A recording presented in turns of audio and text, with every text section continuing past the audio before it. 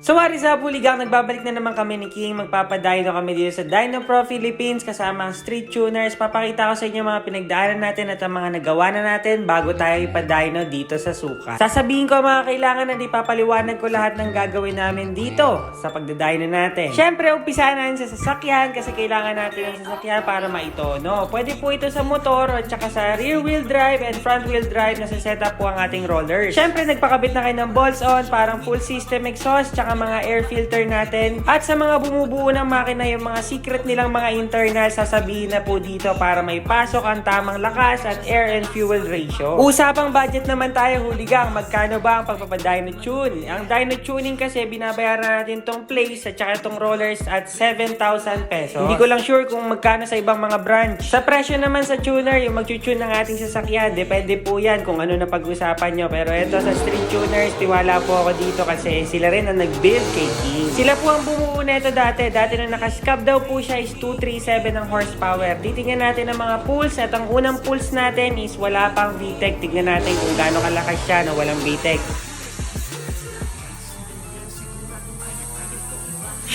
At tinanggal din pala namin ang power steering ni King kasi medyo kakalat or sasabog pag high RPMs ng ating mga birahan. Kaya usually paglalabad kami ni King sa drag, pinapatanggal ko po yan. Napakatigas talaga manihuhin lalo na pag wala yan. Baka may kilala kayo na nag-i-install ng electronic power steering para sa SIR. PM nyo naman ako. At makikita naman dito, ito na ang last pull para sa no VTEC natin. Lalagyan na natin siya ng VTEC. 188, ito na ang VTEC. Pakinggan natin kung ano ang unang makukuha ng charge. Sa totoo lang, Huligang, habang patagal na patagal, habang lumilipas ang oras, medyo nakakakaba rin kasi baka sumabog nga ang ating makina. Wag naman sana, kabisado naman lang sa sakyan, sila ang bumuo, sila rin ang magtotono. Ang nangyari lang kasi pinalitan natin ng muffler, nagkalagay tayo ng muffler kasi naririndi na ako sa tunog ng scab pipe. Hindi kasi strictly for racing ang build ko kay SIR na King natin. Kumbaga pwede siya pang drag, pwede rin siya pang laro, pwede siya pang Honda Day na pumuputok. Alam mo yung pwedeng pang forma, all-in-one package nga si King. May VTEC, may aircon, at maganda ang mag. At tinanong din ako ni Sir Sat kung gusto ko ba ng all-out tuning, yung sagad-sagad para makuha lahat ng kinabit. Ang sabi ko naman, hindi naman ako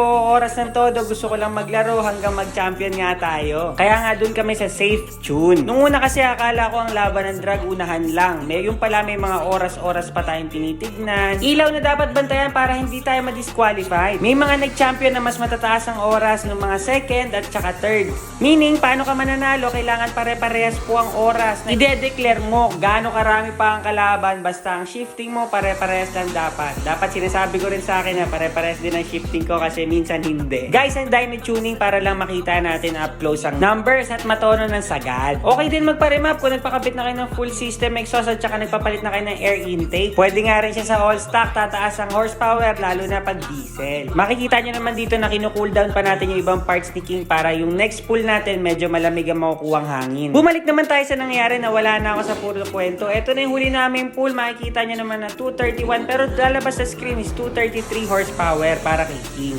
Tune po yan na may exhaust sa dulo, may exit. Pero pag scab pipe po, 6 horsepower na wala para sa tenga namin na madadagdagan naman ng life. So after naman i-tune, ipapalagyan naman to ng launch control. Tatanggalin na lahat ng clamp and yung ECU natin po programa na ni Sir Sat ng Magic. Hindi ko nga sa kanya nasabi yung mga pops. Sana may mga flames para maganda pag may mga meat. And then next naman ang mga nakasabay natin dito. Midnight na pala ito, Huligang. Marami pa rin nangyayari dito sa Dino Pro Philippines. Sukat. Nagkaroon nga lang ng aberya, hindi nag-boost yung isa. Hindi naman tumaas tong bintana ako. Ano ba naman yan, King? And inugot namin ang bintana. Maraming salamat sa Team One Day tsaka sa Street Tuner, sa mga mechanic. Thank you po sa inyo. At maraming salamat ulit sa Dino Pro Philippines. Sukat. Magbabalik ulit tayo sa mga susunod na kabanata. As always, andito na naman ang Huligan ng Pinas, Quake Pet Lord. I-comment nyo naman kung saan umabot tong video na to. Baka gusto nyo rin bumuo ng Civic or gusto nyo rin magpa-dyno tuning sa inyong sasakyan. Maraming salamat sa suporta, Huligang. Magkita-kits ulit tayo sa mga susunod na kabanata ng buhay natin. Lalaban tayo ng drag race hanggat hindi nagcha-champion. As always,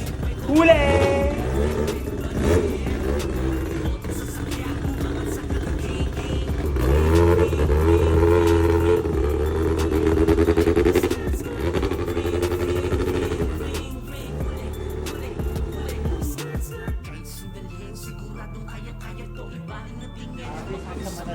Change the way.